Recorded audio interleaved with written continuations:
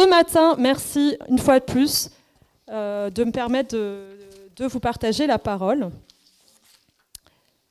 Et je vais m'avancer pour voir ce que vous allez voir. Car nous n'avons pas le même titre. C'est bon, Simon, on est connectés?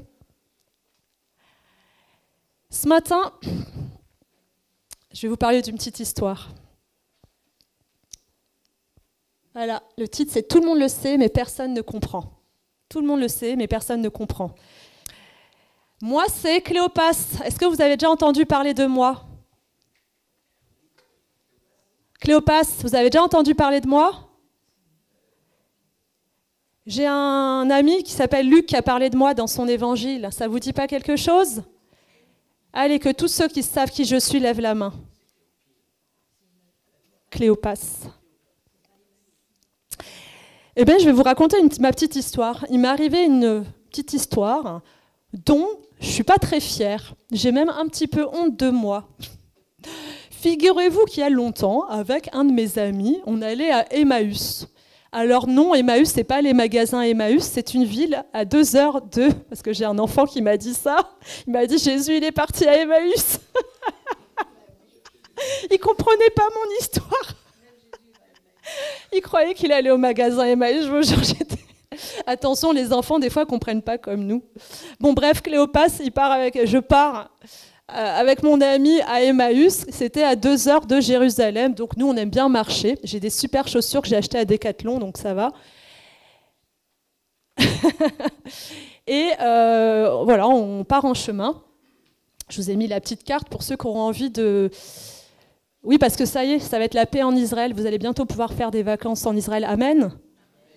On prie pour les otages. Hein. Ça va prier aux réunions de prière pour qu'ils sortent de cette captivité demain. Je fais une petite parenthèse. Ouais, 2 ans de captivité. Vraiment. Que le Seigneur puisse vraiment bénir et relever. Mais bientôt, vous pourrez, chers chrétiens, aller marcher dans les traces de Jésus. Vous ne pourrez pas aller à Emmaüs, mais vous pourrez aller à Jérusalem. Et alors que j'allais à Emmaüs avec mon ami, j'étais complètement déprimée. Vous savez, des fois, on dit « j'ai pas le moral ». Mais là, j'avais pas le moral. Vraiment, pour moi, c'était comme si tout s'était effondré. J'avais pleuré toute la nuit. Et du coup, vous savez, quand on est fatigué, quand on a pleuré, on est fatigué. Et puis, on parlait avec mon ami. Et là, on rencontre un gars qui avait l'air sympa, qui allait aussi à Emmaüs. Alors, on lui dit « ça te dit de faire le petit tour avec nous? On n'a qu'à faire la route ensemble. » Il avait vraiment l'air sympa. Du coup, il dit oui, avec plaisir. Et puis, on fait la route ensemble. Et là, il me regarde. Et il regarde mon ami. Il me dit, mais pourquoi vous êtes triste comme ça? Qu'est-ce qui se passe? Si je peux me permettre. On lui répond, je lui dis, mais attends, est-ce que tu es la seule personne qui ne sait pas ce qui s'est passé à Jérusalem depuis 3 jours? Tu es le seul? Il me regarde comme s'il ne savait pas. Enfin, je ne sais pas, j'ai dû interpréter. Et je lui dis, tu n'as pas entendu parler de la mort de Jésus de Nazareth? Non? Il a été tué par les magistrats, les prêtres, alors que c'était un homme de Dieu. C'était un grand prophète. Il enseignait avec une autorité devant les hommes, devant Dieu, mais il a été tué. Il continue à me regarder, et là je fais les petits ragots, il y a même des femmes qui disent qu'elles ne l'ont pas vu au tombeau, elles n'ont pas vu son corps au tombeau. C'est ce qu'on raconte. Elles racontent même qu'elles ont vu des anges. Alors il y a des gens parmi nous qui sont allés voir et qui effectivement n'ont pas vu le corps.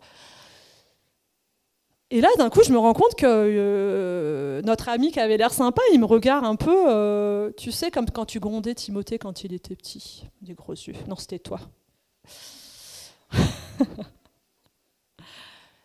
Il me regarde un peu l'air agacé, un peu... ça m'a surpris. Et il me dit, mais vous avez rien compris? Et là, je suis surprise, je fais, hein? Moi, je croyais que j'avais fait mon effet avec mon histoire. Il répète, il fait, non, vous avez rien compris à ce que les prophètes ont enseigné, vous avez rien compris. Je ne m'attendais pas, mais je me dis, y avait quelque chose à comprendre. Et là, il commence à nous raconter, à nous expliquer tous les enseignements des prophètes, de Moïse jusqu'à Malachie, tout ce qui parle du Messie. Ça veut dire que Moïse, il a parlé du Messie. Vous savez que Moïse, il a parlé sur le Messie? Puisqu'il est écrit que là, ils sont enseignés, que la personne leur enseigne tout ce que les prophètes, à commencer par Moïse, ont dit sur le Messie. Et on l'écoute, on a le cœur qui brûle, C'était juste incroyable de l'entendre. Et le temps est passé comme ça, on est arrivé à Emmaüs, ils voulaient partir. Alors nous, dans notre culture, vous savez, en Orient, il y en a qui viennent de là-bas. On est très... L'hospitalité, c'est important. On lui dit, non, reste avec nous, reste manger, reste pour une nuit. On a tellement insisté, il a dit oui, puis il est venu manger avec nous. Et là, vous n'allez pas me croire, vous ne savez pas ce qui est arrivé? Stéline, tu ne sais pas ce qui est arrivé? Incroyable. On s'assoit, on mange, on s'assoit. Comme d'habitude, vous faites quoi avant de manger? On prie. Il remercie le Seigneur et là, il commence à partager le pain. Et au moment où il partage le pain, c'est comme si nos yeux sont ouverts et on s'est rendu compte que depuis le début, on était en train de parler à Jésus. Et là, c'est pour ça que je me sentis bête. Et là, on s'est mis à pleurer, à rire, on l'a pris dans nos bras, c'était une effusion de joie. On s'est mis à voir Jésus. Amen. C'était une autre façon de lire la Bible. Tout le monde le sait, mais personne ne comprend. Dans cette histoire que je vous ai racontée, Cléopas et son ami sont en train de s'entretenir, vous avez vu sur ce chemin, sur la situation qui s'est passée, c'est-à-dire sur la crucifixion de Jésus, sur son procès, tout ce qui leur a semblé injuste, et le fait que les histoires du corps de Jésus qui a disparu, etc. Alors on apprend 4 choses. La première chose qu'on apprend, c'est qu'il nous dit que Jésus de Nazareth était un prophète puissant. D'accord? Il nous a dit ça. C'était un prophète puissant, qui parlait avec autorité. Ça veut dire qu'il reconnaît son autorité. Je fais juste une parenthèse, c'est qu'il reconnaît son autorité, mais il ne croit pas en tout ce que le prophète a dit. On en reparlera. Deuxièmement, on apprend que les magistrats et les principaux sacrificateurs ont fait condamner cet homme que Cléopas nous présente comme innocent. Alors, quel est le rôle d'un magistrat? Eh bien oui, il est le garant de la justice et du droit. Donc les garants du droit de la justice ont donc fait condamner un innocent, ok. Et les garants spirituels, les prêtres, ont donc fait condamner le Messie. Mais super, hein, les garants spirituels, totalement aveugles. Troisièmement, Cléopas nous dit qu'il espérait que Jésus serait le sauveur d'Israël. J'ai oublié de vous le dire dans l'histoire, mais en fait, il va dire « Je pensais qu'il était le sauveur d'Israël, qui changerait la situation. » Il pensait que Jésus serait le sauveur d'Israël et que la situation en Israël changerait. Si vous avez bien regardé les épisodes de The Chosen, vous savez qu'ils sont sous oppression romaine. Il y en a qui regardent The Chosen, il y en a qui ne regardent pas. Levez la main ceux qui ne regardent pas. Voilà. Eh bien, on vous enverra le lien. Corinne, elle va vous mettre le lien. Si vous avez Netflix, c'est sur Netflix. Sinon, c'est sur la sagesse. Comment ça se dit? La sage. Voilà. Mais sinon, c'est dans la Bible. Hein. Sinon. Aussi. Aussi. Ok. Donc, je disais, il pensait que Jésus serait le sauveur d'Israël. Et là, on nous dit qu'il est mort. Il a été crucifié. Donc en plus d'être triste, il est tellement déçu. Tous ses rêves ont coulé comme un navire. Tac. Et quatrièmement, on nous dit quelque chose. On nous dit que quelques femmes d'entre nous... Alors je vais lire ce qu'il y a écrit dans la Bible. Pour ceux qui ne l'ont pas vu, on est dans Luc 24, versets 13 à 35. D'accord?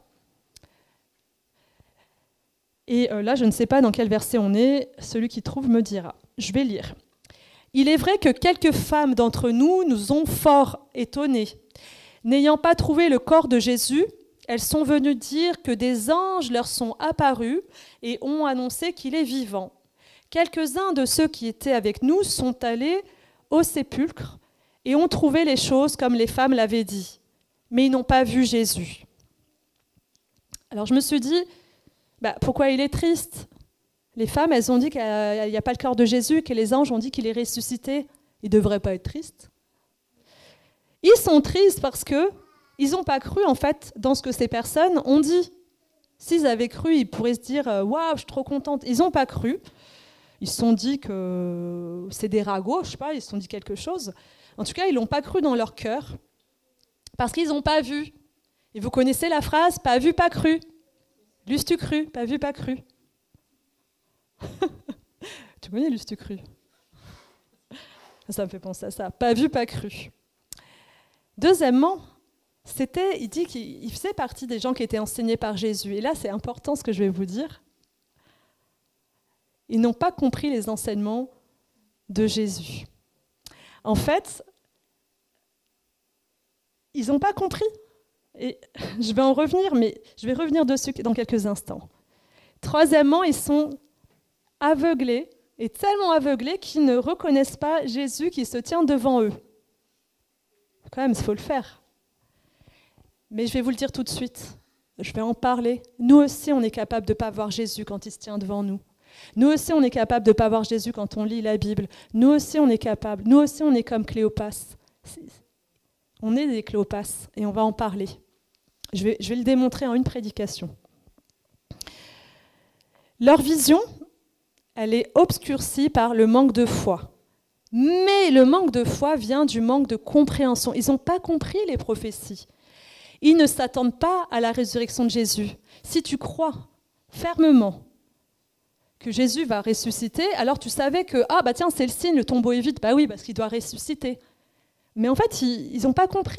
C'est pour ça qu'ils ne croient pas. D'où l'importance d'être enseignés. Mon message fait suite aux prédications de Michel et Timothée sur l'enseignement biblique. Voilà, on est dans le même sillage et vous allez voir pourquoi. Je le redis, ils n'ont pas compris les prophéties. Ils n'ont pas compris. Eux, ils regardent l'échec. Ils regardent le tombeau vide. Eux, quand ils voient le tombeau vide, ils voient un tombeau vide, ils voient l'échec. S'ils avaient compris, ils verraient la gloire de Jésus. Nous, quand on parle du tombeau vide, on sait que ce qu'on est en train de dire, ce qu'on a compris maintenant. Eux, ils n'ont pas vu, ils n'ont pas compris tombeau vide égale échec. Le corps a été sans doute volé, etc. Ils ne voient pas la même chose. Pourtant, c'est la même scène. La même scène, tu peux la voir comme un échec ou tu peux la voir comme la réalisation des promesses de Dieu. Alors, c'est incroyable parce que je me suis demandé, pourquoi ils ont ouvert les yeux au moment du repas ? Est-ce que le pain était magique et avait un pouvoir magique ? Ou bien, est-ce qu'ils ont ouvert les yeux parce qu'ils avaient été enseignés ? Ils ne pouvaient pas ouvrir les yeux avant. Ils avaient besoin d'être enseignés avant. Écoutez bien ce que Jésus va leur dire quand il va leur parler. Alors, ils n'ont toujours pas compris que c'était Jésus. Ô homme sans intelligence, et dont le cœur est lent à croire tout ce qu'ont dit les prophètes. Ne fallait-il pas que le Christ souffrit ces choses et qu'il entrât dans sa gloire ? Et commençant par Moïse et par tous les prophètes, il leur expliqua dans toutes les Écritures ce qui le concernait. Je vais le relire une deuxième fois. Ô homme sans intelligence, et dont le cœur est lent à croire tout ce qu'ont dit les prophètes. Ne fallait-il pas que Christ souffrit ces choses et qu'il entrât dans sa gloire ? Et, commençant par Moïse et par tous les prophètes, il leur expliqua dans toutes les Écritures ce qui le concernait. Je vais le redire plus tard, mais juste une petite parenthèse. Ça veut dire que le premier enseignement de Jésus quand il ressuscite, c'est sur les prophètes. Pour vous dire l'importance, pensez juste Église de Christ, que si Jésus, le premier enseignement qu'il donne quand il a ressuscité, qu'il va voir ces hommes, c'est les prophètes, et notamment les prophéties qui le concernent, ne passez pas à côté, parce que si Jésus l'a fait, c'est qu'il veut nous montrer quelque chose. Vraiment. Vraiment. Il y a quelque chose dans les livres des prophètes, dans la Bible. On va en reparler. Dans les paroles de Jésus, on peut relever 2 points. Comme je l'ai dit, il leur expliqua la parole. Et ensuite, les disciples voient l'accomplissement de cette parole. En d'autres termes, l'enseignement permet la révélation. L'enseignement permet la révélation. Des fois, vous faites tout à l'envers. Vous voulez que Jésus se révèle sans être enseigné. L'enseignement ouvre les yeux.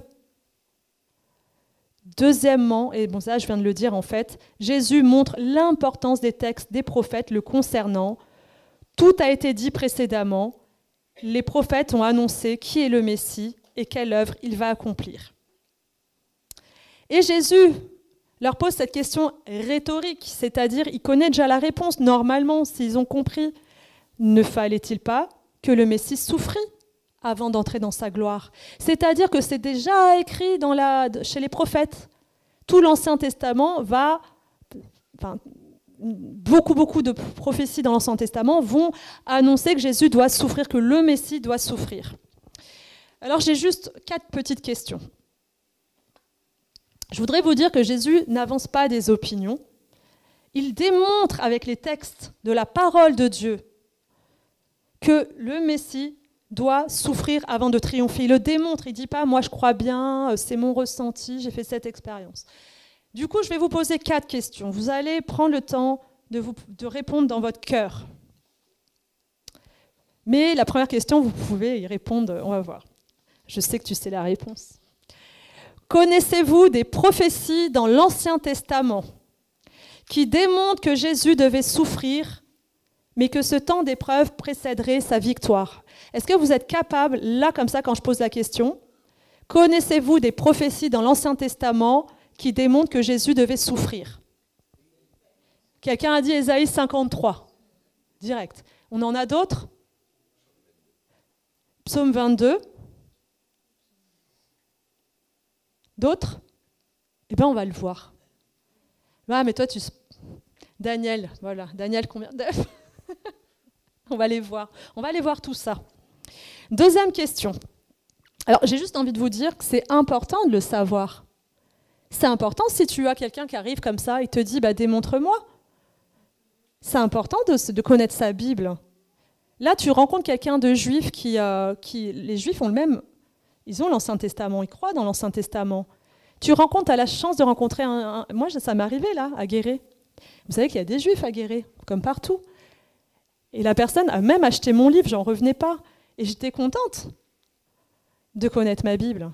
Parce que quand tu as un Juif qui s'intéresse comme ça, qui dit « mais attends, comment Jésus, ça pourrait être le Messie?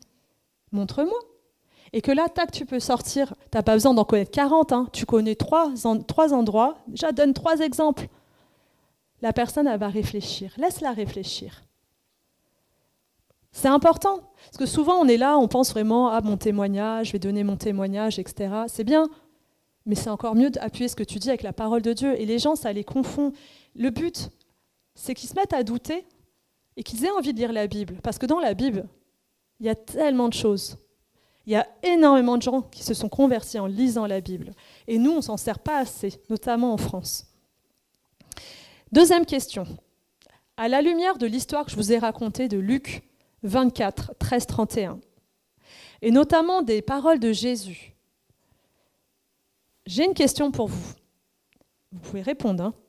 En quoi le manque de connaissance des enseignements des prophètes de l'Ancien Testament peut-il fragiliser votre marche avec Dieu? En quoi le manque de connaissance? Jésus va pointer, il leur montre qu'ils n'ont pas compris les prophéties. D'accord? Il leur montre en quoi vous aussi, ce manque de compréhension peut fragiliser votre marche. Pas de fondement, pas de racine. Ça fait naître le doute. Vous allez être aveugle. Vous allez être comme Cléopas et son ami.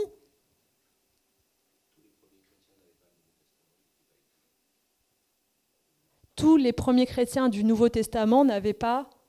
Le Nouveau Testament, ce n'était pas écrit. Ils avaient que l'Ancien. Mais vous, aujourd'hui, si vous ne comprenez pas, peut-être vous marcherez avec un œil, mais pas avec le deuxième. Alors c'est vachement pratique de marcher avec un seul œil. Vous pouvez essayer. alors que vous pouvez avoir les deux. C'est une réalité. Si c'est là et que Jésus, je ne l'ai pas inventé, Jésus, c'est la première chose qu'il va enseigner. Vous savez, ça fait 10 ans que j'enseigne, hein, et ça fait 10 ans que je peux montrer ces textes-là aux personnes, les personnes ne voient pas que ça parle de Jésus. Ça fait 10 ans que j'enseigne. D'accord ? Ça fait 10 ans que je montre régulièrement à des gens qui aiment le Seigneur vraiment, hein, que je leur montre des textes dans la Bible et qui, eux, ils n'ont pas vu que ça parlait de Jésus. Et avec amour, on les enseigne, on n'est pas là à mépriser, d'accord ? Mais c'est une réalité. Ça fait 10 ans que la majeure partie de mes étudiants ne savaient pas que les textes que j'enseigne parlaient de Jésus. 10 ans, hein. Ça veut dire que j'en ai vu des gens défiler, et même des enseignants, des pasteurs.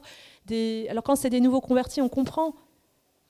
Et là, une chose très belle, c'était une mamie qui m'a dit « C'est dommage que je n'ai pas appris ça au début de ma vie. » Vous connaissez une personne qui est derrière moi, extraordinaire, c'est ma grande coach. Elle a 70 ans. Et elle me dit « Ne lâche pas, continue d'enseigner parce que c'est important. » C'est ma grande coach. Parce qu'elle voit l'importance, à quel point c'est important de comprendre ces choses. Et on va voir des exemples concrets. Ne marchons pas comme des borgnes ou des aveugles.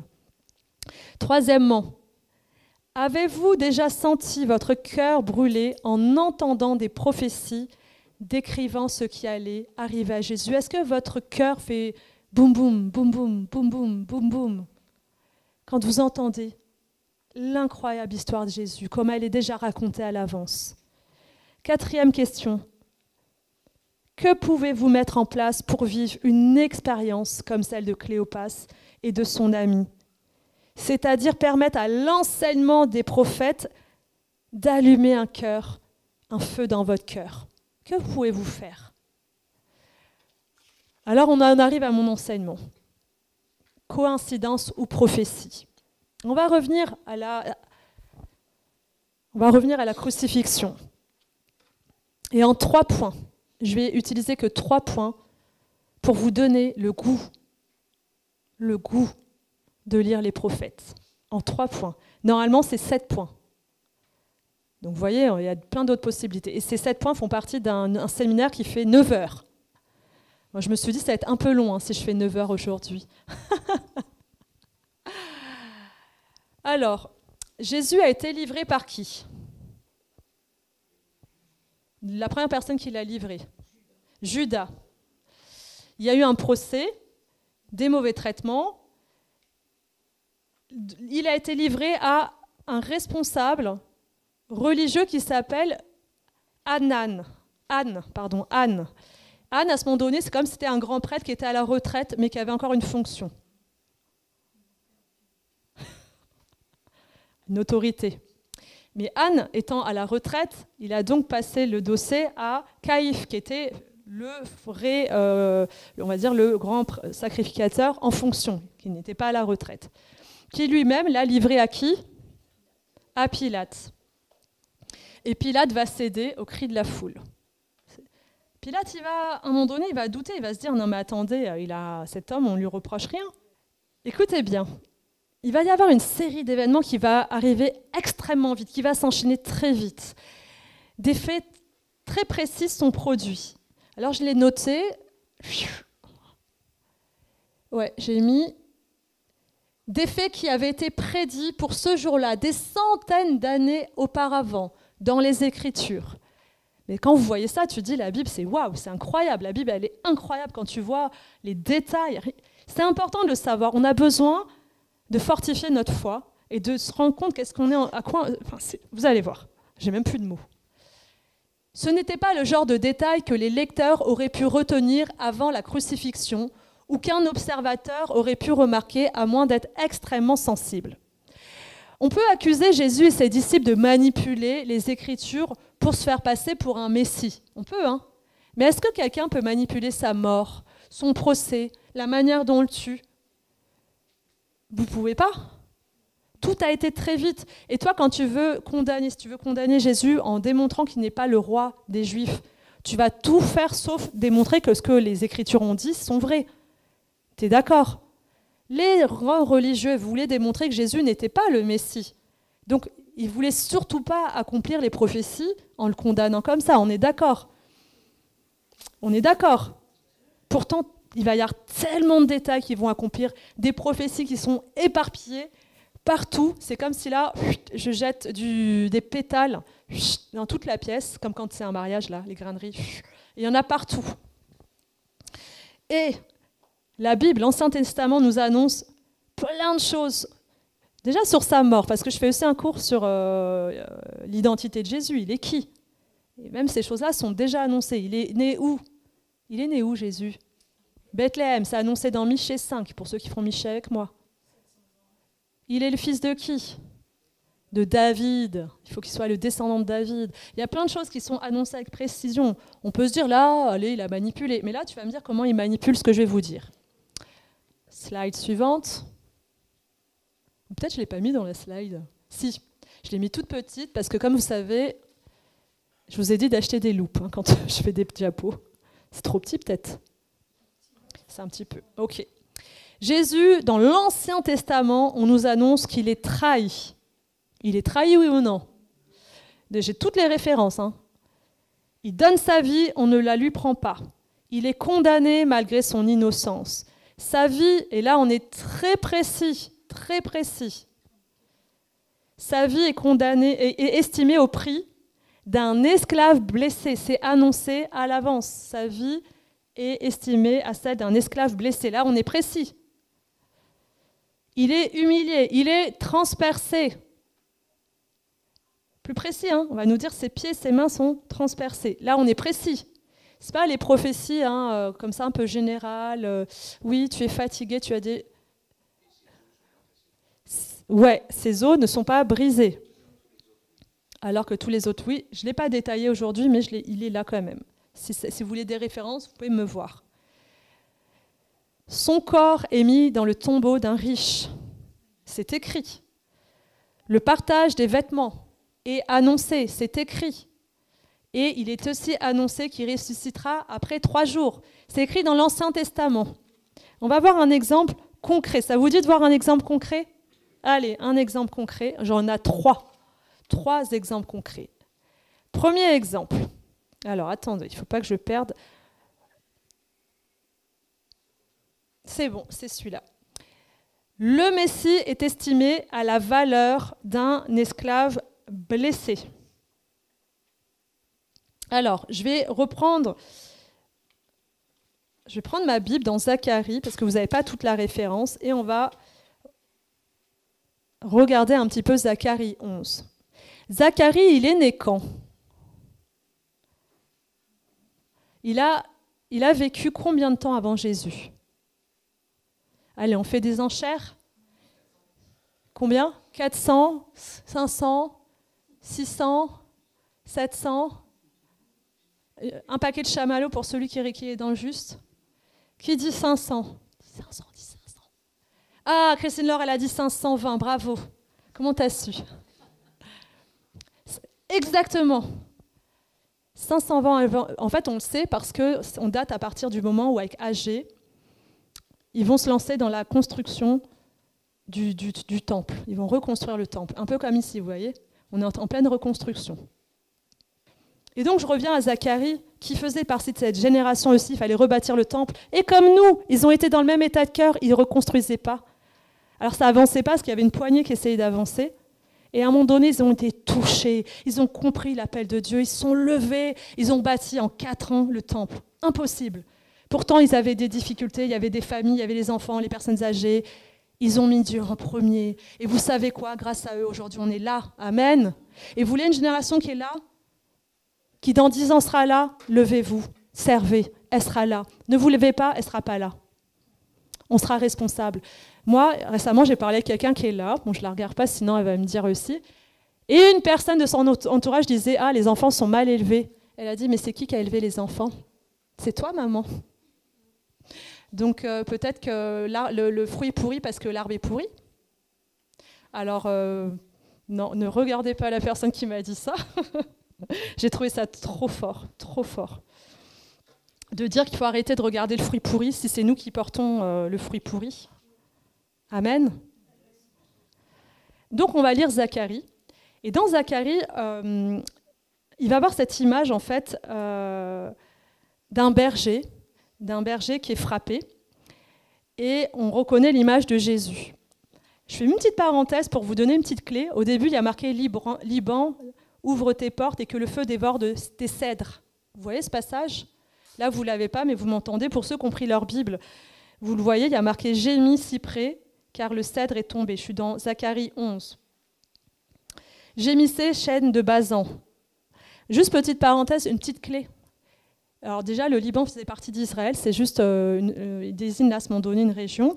Mais quand on parle des arbres, quand on parle d'un chêne de Basan, ça veut dire que c'est l'image d'un chef religieux ou politique. Et si c'est une forêt, c'est le peuple. D'accord ? C'est comme ça dans la littérature poétique hébraïque. Ce sont des images, la forêt, les arbres. Quand dans Ézéchiel, il est question d'un aigle qui arrache la cime je crois que c'est d'un chêne, d'un cyprès ou d'un chêne, je ne sais plus. C'est-à-dire qu'il fait tomber la tête d'un royaume. Et quand on parle d'un rameau, que Jésus est un rameau, eh ben, c'est une très belle image. Parce qu'un rameau, c'est promis à devenir très grand. OK ? Petite parenthèse. Ça vous permet de mieux comprendre des images quand on parle de la graine de sénévé qui devient un très grand arbre ou des choses comme ça. Il y a de très belles images quand on comprend. Alors, je vais vous lire ce passage qui dit, verset 10, il parle, etc. Et il est écrit « Je pris ma houlette grasse et je la brisai pour rompre mon alliance que j'avais traitée avec tous les peuples. » Vous savez c'est quoi la houlette grasse ? Vous savez c'est quoi ? La houlette grasse, la grâce c'est qui ? C'est qui nous a fait grâce ? C'est Jésus. La houlette grasse, c'est le symbole du corps de Jésus qui a été brisé pour nous. Donc quand il dit, souvent c'est vrai qu'on ne comprend pas toujours, mais là ça parle de Jésus en fait. Je pris ma houlette grasse et je la brisai. D'accord ? C'est-à-dire le corps de Jésus brisé, pour rompre mon alliance que j'avais traitée avec tous les peuples. Elle fut rompue ce jour-là, et les malheureuses brebis qui prirent garde à moi reconnurent ainsi que c'était la parole de l'Éternel. Je leur dis, si vous le trouvez bon, donnez-moi mon salaire, sinon ne le donnez pas. Et ils pesèrent pour mon salaire 30 cycles d'argent. 30 cycles d'argent. Ce prix magnifique auquel ils m'ont estimé.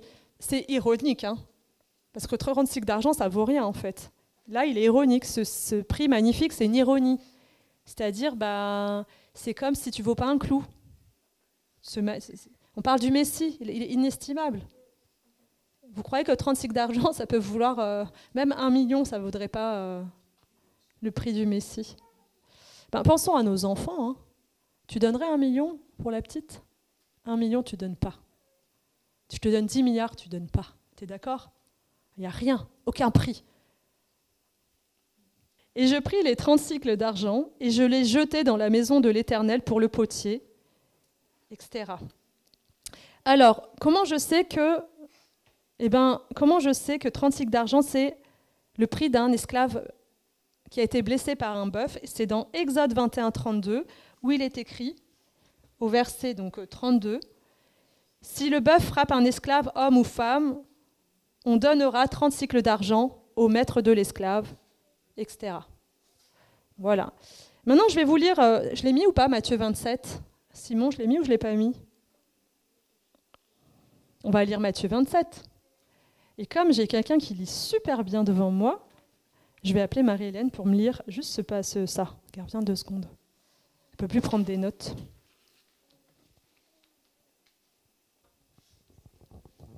En bleu. Alors Judas, qui l'avait livré, voyant qu'il était condamné, se repentit et rapporta les 30 pièces d'argent aux principaux sacrificateurs et aux anciens, en disant « J'ai péché en livrant le sang innocent. » Ils répondirent « Que nous importe ? Cela te regarde. » Judas jeta les pièces d'argent dans le temple, se retira et alla se pendre. J'ai pas la suite là. Les principaux sacrificateurs les ramassèrent et dirent « Il n'est pas permis de les mettre dans le trésor sacré, puisque c'est le prix du sang. » Et après en avoir délibéré, ils achetèrent avec cet argent le champ du potier pour la sépulture des étrangers. C'est pourquoi ce champ a été appelé champ du sang jusqu'à ce jour. Alors s'accomplit ce qui avait été annoncé par Jérémie le prophète. Ils ont pris les 30 pièces d'argent, la valeur de celui qui a été estimé, qu'on a estimé de la part des enfants d'Israël, et ils les ont donnés pour le champ du potier, comme le Seigneur me l'avait ordonné. Alors là, Matthieu, il cite Jérémie parce qu'en fait, il va prendre 2 extraits. Il va prendre Jérémie et Zacharie. Et à l'époque, on peut télescoper 2 prophéties et citer un seul auteur parce que c'était tellement connu. Voilà, ça se faisait souvent et ce n'est pas le seul endroit. Si vous êtes demandé pourquoi il cite Jérémie et pas Zacharie, ça se faisait souvent. Là, c'est quand même assez impressionnant. Je voudrais quand même qu'on réalise une petite chose. Je vous ai dit, ah oui, Zacharie, il a vécu aux alentours de 520. On a des rouleaux qu'on a retrouvés, par exemple les rouleaux d'Ésaïe, les psaumes. On a les rouleaux qui datent, on appelle ça les rouleaux de Qumran, pour ceux qui se rappellent, au moins de 150 à 200 ans avant Jésus-Christ. C'est-à-dire qu'on a ces textes, je vais en lire 2 autres, ils sont écrits, et on est sûr et certain, on a vraiment des analyses graphologiques 150 ans, 200 ans avant que les événements arrivent. Parce qu'il y a des gens, ils vont dire, mais non, ça ne date pas de 720, ça a été écrit après. Peu importe, que ce soit 520 ou 150, explique-moi comment tu peux être précis et précisément écrire des choses comme ça. Et je voudrais vous dire que dans la Bible, il y a tellement de détails comme ça qui sont annoncés 150 ans, 200 ans, 700 ans, 1000 ans avant, avec tellement de précision. Et quand on réalise, la dernière fois je disais ça dans une église, ça doit créer un waouh, waouh. Et je vais vous montrer un waouh incroyable. Si tu ne le connais pas, là ça doit faire waouh. David, il a vécu quand? Il a vécu 1000 ans. 1000 ans avant Jésus. 1000 ans avant Jésus. Et 1000 ans avant Jésus, il va avoir une révélation. Je vais le lire. Psaume 22. De nombreux taureaux sont autour de moi, des taureaux de Basan m'environnent. Ils ouvrent contre moi leur gueule, semblable au lion qui déchire et rugit.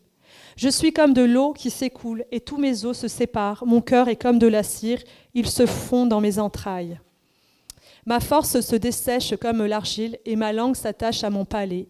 Tu me réduis à la poussière de la mort, car des chiens m'environnent. Une bande de scélérats rôde autour de moi.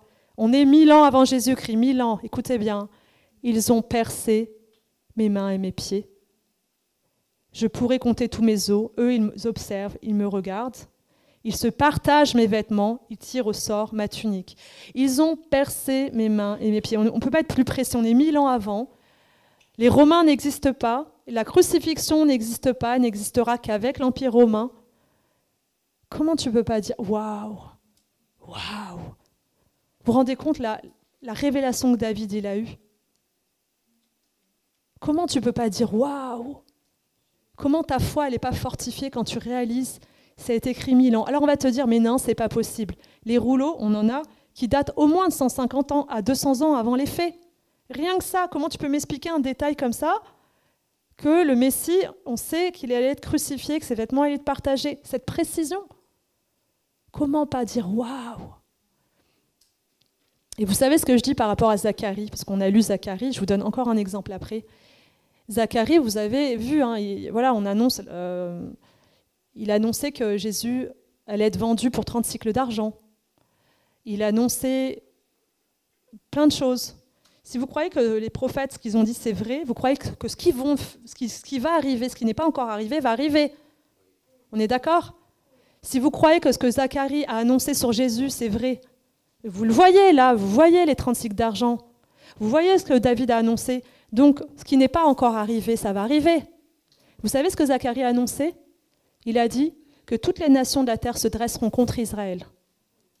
Vous savez que c'est écrit? Vous avez vu les événements ces derniers temps. C'est écrit. Allez voir Zacharie. Allez voir, chapitre 12. Et vous savez ce qui est écrit? Que l'Esprit de Dieu se répandra sur tout Israël et qu'ils se repentiront et qu'ils reconnaîtront Jésus comme Messie. Alors, il n'y a pas marqué Jésus comme Messie, il y a marqué le Messie. On comprend. Ils se repentiront et reconnaîtront le Messie. Ça veut dire, vous croyez que ça va arriver. C'est marqué. On ne sait pas grand-chose sur l'avenir.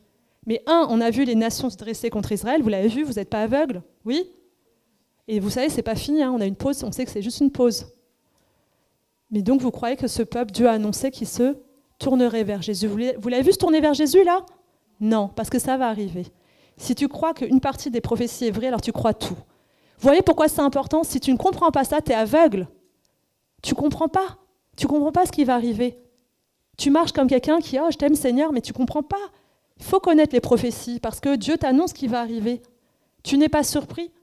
Et vu l'actualité, j'ai envie de vous dire que plus que jamais, sachez ce que la Bible dit, ce que Dieu veut vous dire pour vous fortifier, vous faire marcher, non comme des aveugles, mais comme des gens qui voient l'avenir, qui voient demain. C'est écrit. Si tu crois que ce que Jésus accomplit, tu crois qu'il accomplira encore ce qui est écrit. Je vous donne un dernier exemple, le meilleur. C'est celui qu'on a fait. Petite révision pour ceux qui ont fait Daniel. Pour vous, ça va être facile.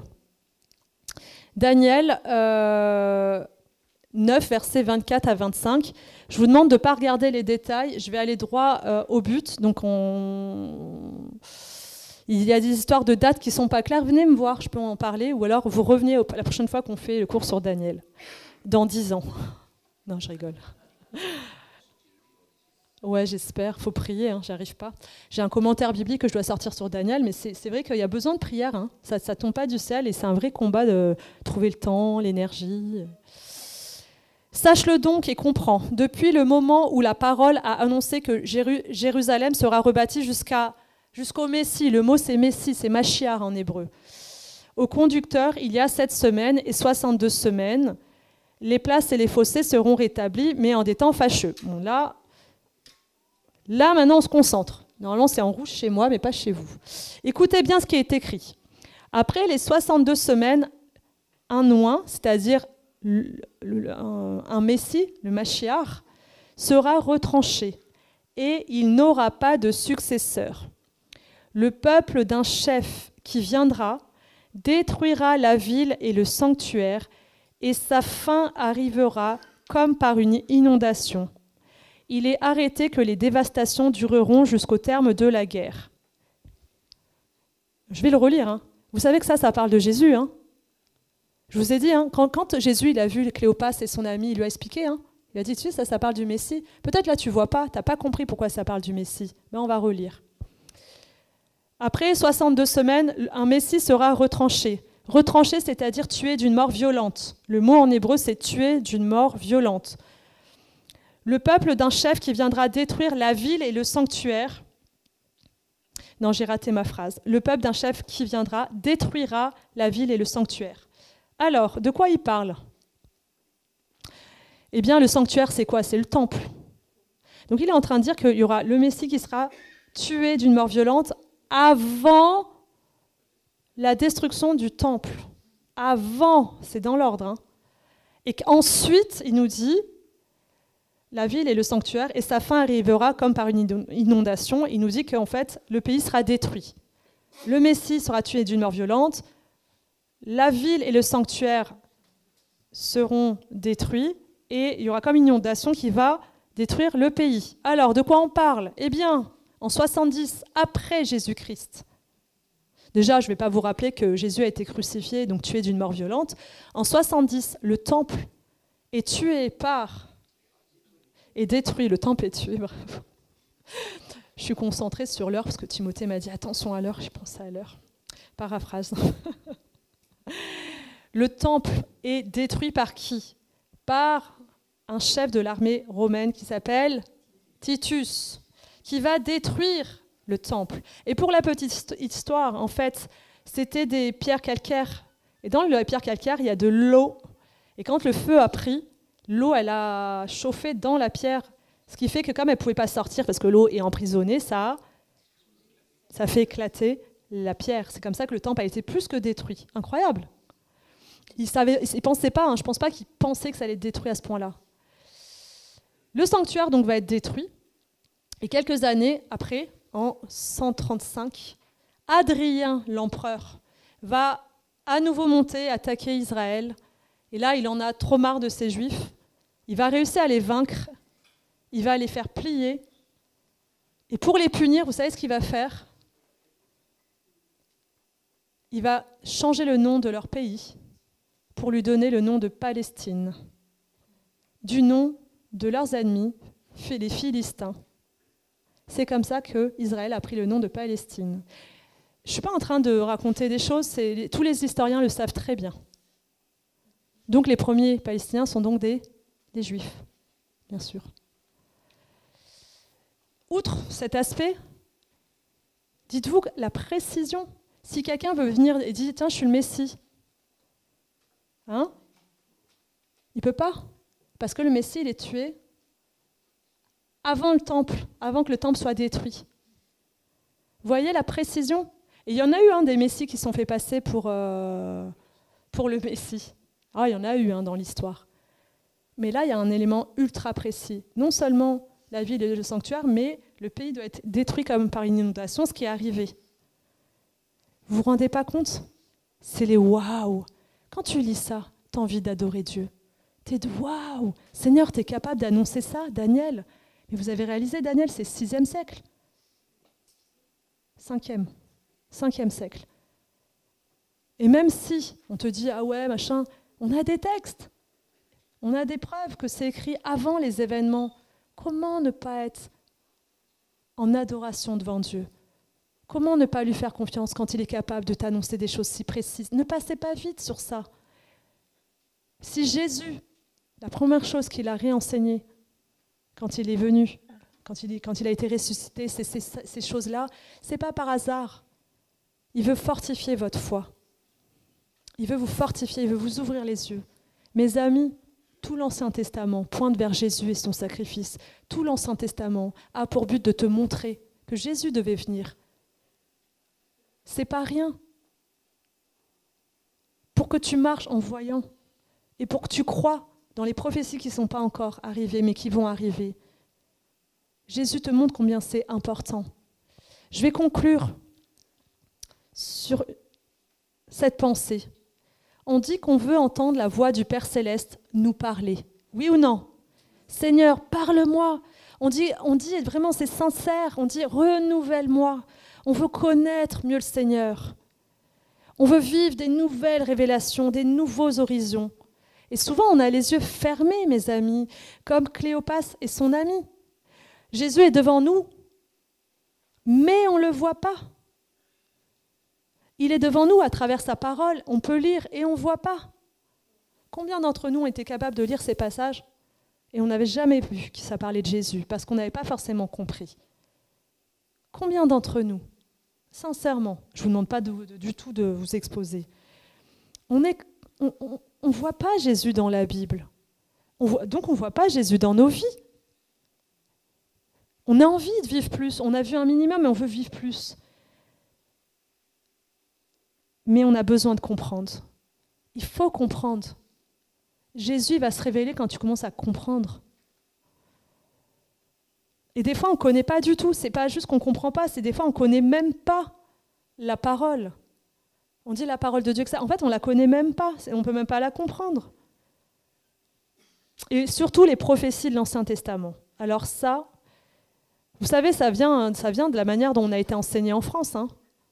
Parce qu'on a peu enseigné les prophètes. Ça fait que de fil en aiguille, voilà.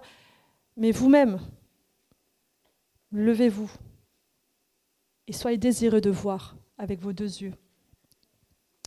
Ma question c'est, est-ce qu'on prend le temps d'ouvrir la Bible, d'étudier en profondeur les prophéties où le Père s'est révélé? Parce qu'à travers la Bible, Dieu partage son plan pour les hommes et le désir de son cœur. Est-ce qu'on sait l'écouter?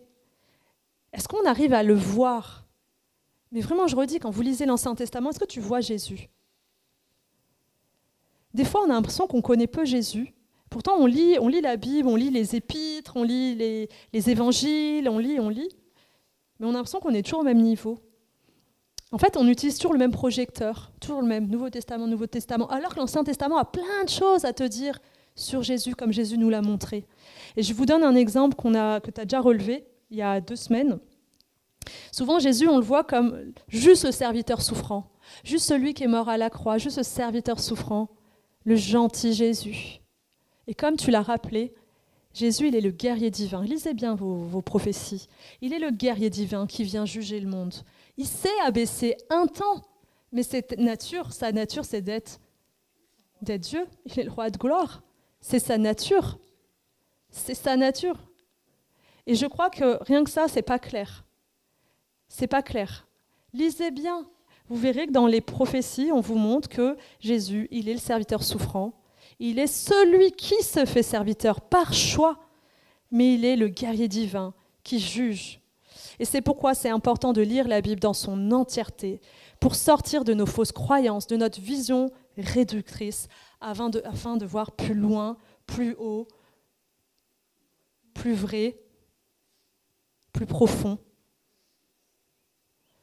Et je veux vraiment finir sur ça, je veux vraiment prier pour vous ce matin, pour que l'église de Guéret, on est une petite église, mais si ici tout le monde se met à voir avec les deux yeux, Jésus va pouvoir se révéler. Prenons cet engagement de prendre soin, non seulement de la maison de Dieu, mais de notre cœur, de ce qui rentre dans notre cœur. Prenons cet engagement. Je vous invite à vous lever.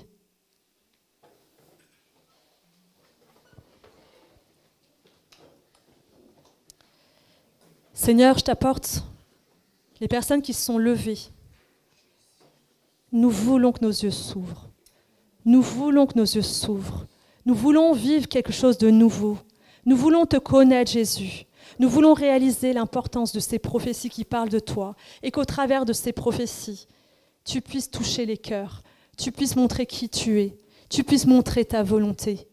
Nous ne voulons plus marcher en regardant avec un seul œil ou comme des aveugles, mais nous voulons être des hommes et des femmes qui nous levons, nous voulons être matures, nous voulons être des gens engagés, des gens qui savent dire « waouh » devant ta parole de Dieu, devant ta parole, des personnes qui savent dire « waouh ».